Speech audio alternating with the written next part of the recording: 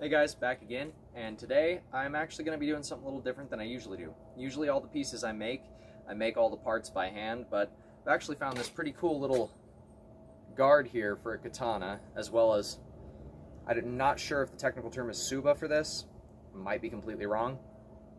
Fact check me in the comments. Anyway, I had a blade that I had halfway forged out that I thought would work well for this, so what I did is I went ahead and I filed down that tang, also forged it out longer to be the proper length for a handle, and I filed that tang down until my pieces fit up nice and solid on there. So what I'm going to do is we're going to work on this blade today, get it a little longer. As you can tell, it's way too thick, so we're going to thin that up a touch. Going to make a small wakizashi or a short katana. So let's get to it. Boo. Blue dog. Boo dog. Hello, Stink. Need you out of the shop, bud. But I don't want your binky. You're so vicious.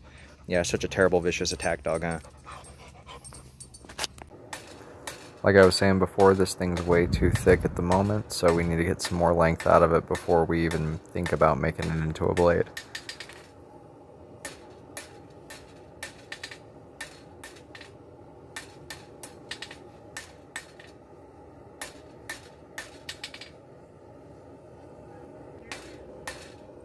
So first thing I'm doing is drawing that edge back down into itself, so that way I can get this into more of a square bar form. Just start stretching it out. If you've seen the forging a cutlass blade out of 1045, that's this blade. I'm giving it a new use because I actually used a different blade for that cutlass. Now I'm just going to start stretching it out lengthwise over the horn, so that way as it stretches, most of the mass goes towards the point and towards the tang rather than getting it separated over the flat of the anvil, which would just squish it out in all directions.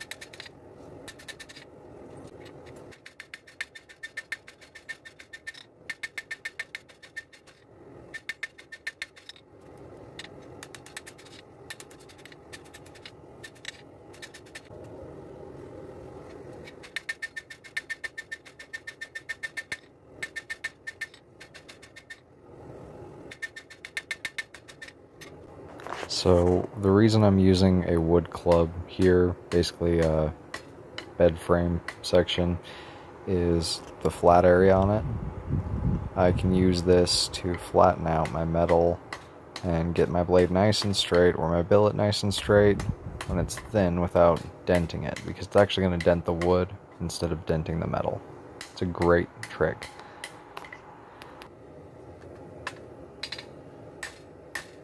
Now I can finally start making it into a sword. I'm actually going to start beveling it here and putting an edge on it. Well, not necessarily an edge, but an edge bevel.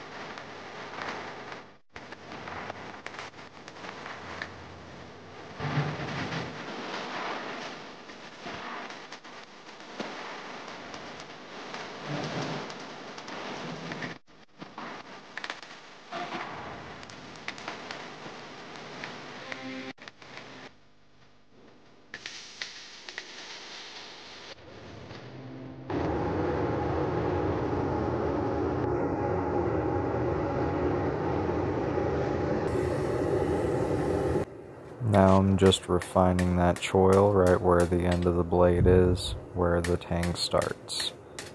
Final touch before I'm done forging. After this, I just heated it up, straightened it, and annealed it a few times.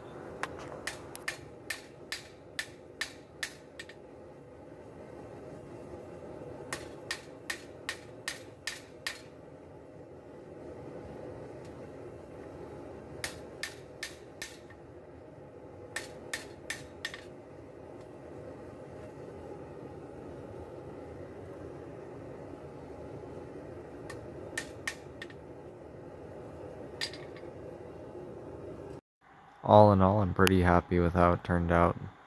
Glad I was able to get that blade worked out into something nice.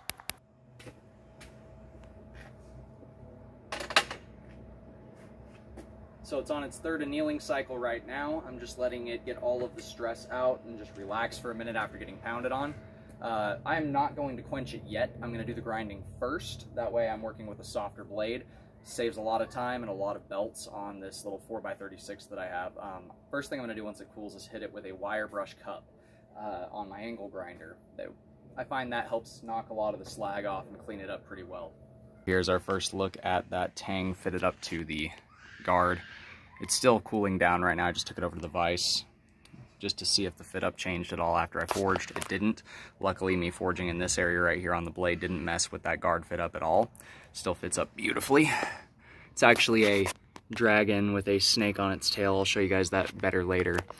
It's got a nice kind of tanto point. It's more of a wakizashi size than a katana. But I used to play around with a lot of these from the Mall Ninja store a long time ago. But now I'm making a real one. So we'll see how it goes, and hopefully it works better than the cheap $30 ones I got as a kid. This is how it looks after a quick trip to the wire brush, and I also drilled a hole for the pin to hold the handle material on. We're just going to do a wood handle like they are traditionally. I'm probably going to do paracord wrap instead of that shoelace style wrap because I like paracord better and it gives me a better grip when I'm cutting. I'm going to be keeping this one for myself as a test, especially since I found the guard pieces for this, like I said, so I wouldn't feel right selling this as a handmade piece, even though I'm making the blade for it, just simply because I didn't make the guard pieces. So on the 36 grit belt, shredder belt from Combat Abrasives, I just went and roughed in my bevels. I'm going to leave the spine very rough forged kind of look. I am going to clean it up on a higher grit belt just to make it look prettier.